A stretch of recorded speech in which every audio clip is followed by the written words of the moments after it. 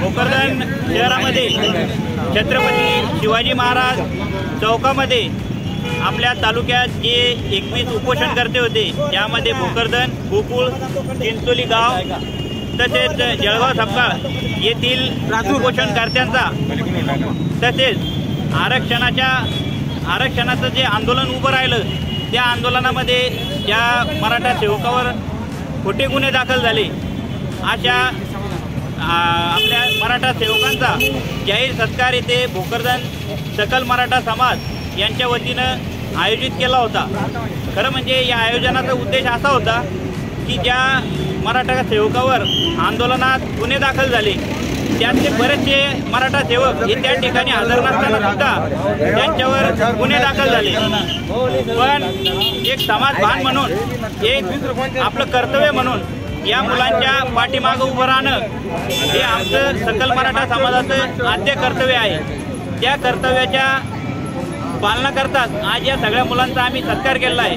पण या ठिकाणी पोलीस प्रशासनाला एक विनंती करतो की खरंच जर या आंदोलनात जे सहभागी होते त्यांचे जर नाव घेतले असते तर हरकत नव्हती, पण त्या ठिकाणी जे हजर नव्हते त्यांचेही नाव घेण्यात आले व जे हजर होते त्यांचं नाव वगळण्यात आलं।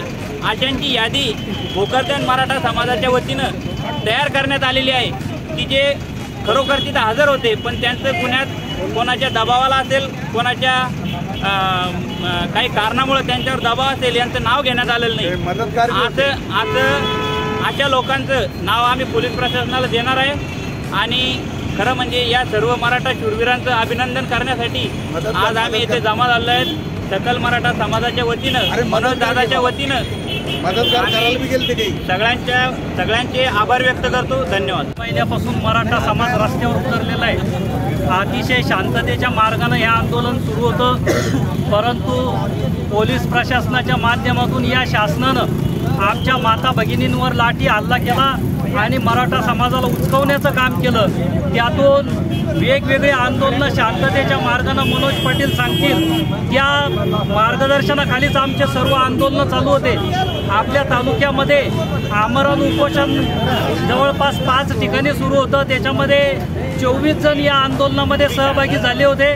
त्यामध्येच वयानं 70च्या पेक्षा अधिक असणाऱ्या महिला देखील या आंदोलनामध्ये सहभागी झाल्या होत्या। या दरम्यानच्या कालावधीमध्ये काही ठिकाणी रास्ता रोको आंदोलनं झाले।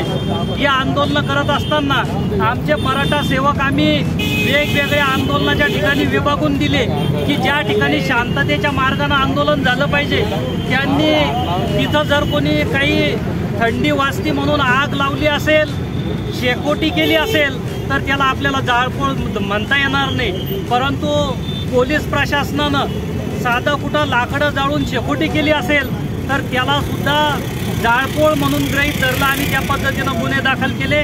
त्यामुळं पोलीस प्रशासनानं जे खोट्या स्वरूपाचे गुन्हे दाखल झालेले आहेत ते मागं घेतले पाहिजे, त्या कलमा कमी केल्या पाहिजेत। आणि दुसरी गोष्ट, जे आमचे आंदोलक ते आंदोलन मिटवण्यासाठी गेले त्यांचेच नावं त्या ठिकाणी टाकले गेले आणि ज्यांनी या आंदोलनाची दिशा भरकटवण्यासाठी या पद्धतीची जाळपोळ जर कोणी केली असेल खऱ्या अर्थानं त्यांच्यावर गुन्हा दाखल व्हायला पाहिजे होता, तो दाखल नव्हता। जे मराठा सेवक या आंदोलन मिटवण्यासाठी गेले होते, ज्यांना आम्ही आंदोलन पाठीमागं घ्यावं यासाठी चर्चेसाठी पाठवलं तर त्यांच्यावर खोट्या स्वरूपाचे गुन्हे दाखल केले। ते सर्व पोलीस प्रशासनानं तात्काळ मागे घ्यावे आणि ज्या जाळपोळीच्या कलमा त्याच्यामध्ये लावलेल्या आहेत तर त्या सर्व कलमा कमी करण्यात याव्या। खरं म्हणजे आम्ही ग्रामीण भागातले लोक आहोत, शेतामध्ये बारी जरी द्यायची असली तरी आम्ही शेकोटी करतो, मग त्याच्यावर तुम्ही जाळपोळीचा गुन्हा दाखल करणार का? मग रात्रीच्या वेळी जर थंडी वाजत असेल आणि तिथं शेकोटी केली असेल तर त्या ठिकाणी जर तुम्ही जाळपोळीचा गुन्हा दाखल केला असेल तर तो पाठीमागे घेतला पाहिजे। ही सर्व सकल मराठा समाजाच्या वतीनं या ठिकाणी विनंती। मनोज पाटील जरांगे यांच्या सूचनेनुसार संपूर्ण महाराष्ट्रामध्ये एक शांततापूर्व उपोषण आंदोलनं सुरू होती परंतु या सत्ताधारी शासनानं भोकरदन तालुक्यासह राजूर असेल संपूर्ण महाराष्ट्रामध्ये जे शांतता आंदोलन सुरू असताना खोटे गुन्हे समाज बांधवांवर या ठिकाणी करण्यात आले, परंतु त्या आंदोलनामध्ये हे सत्ताधारी लोक यांनी दुसरे लोक घुसवले आणि त्या ठिकाणी जाळपोळीचे प्रकार केले। मी तर म्हणेल या पोलिसांना माझं आव्हान आहे की आमच्यावर जे खोटे गुन्हे दाखल केलेले आहेत, माझं तर असं म्हणणं आहे की सकल मराठा समाजावर यांनी गुन्हे दाखल करावं, आम्ही सगळे जेलमध्ये जाऊन बसू।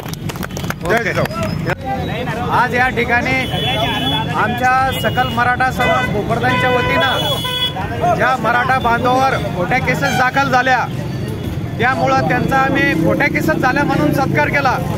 मनोज दादाचं म्हणणं आहे की आंदोलन शांततेने करा, पण आम्ही आंदोलन शांततेने करत असताना या आंदोलनात सत्ताधारी लोक घुसून आमचं आंदोलन मोडीत काढण्यासाठी त्यांनी जो प्रयत्न केला, जाळपोळ केली, ते आंदोलन आम्ही शांत करण्यासाठी आमचे कार्यकर्ते मराठा समाजाचे त्या ठिकाणी गेले, पण ते सोडत असताना या पोलीसवाल्यांनी त्यांच्यावरच गुन्हे दाखल केले।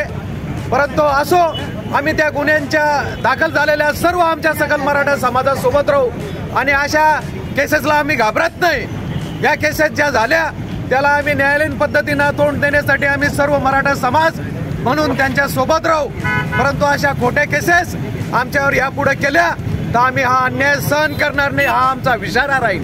एवढंच बोलतो। जय जिजाऊ, जय शिवराय।